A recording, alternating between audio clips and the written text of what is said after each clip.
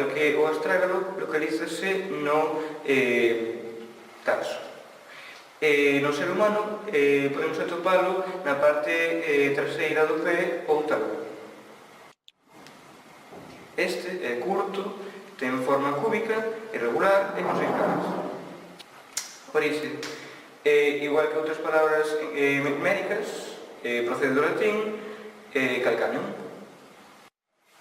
Emprégase principalmente no eido médico, sobre todo no ámbito anatómico. Calcáneo dice en castelano e en portugués. En francés dice calcáneo. En inglés e éuscaro dice calcáneos.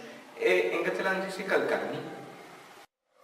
Ademais, de calcáneo proceden outras palabras como calzón, alcanzar ou calzar.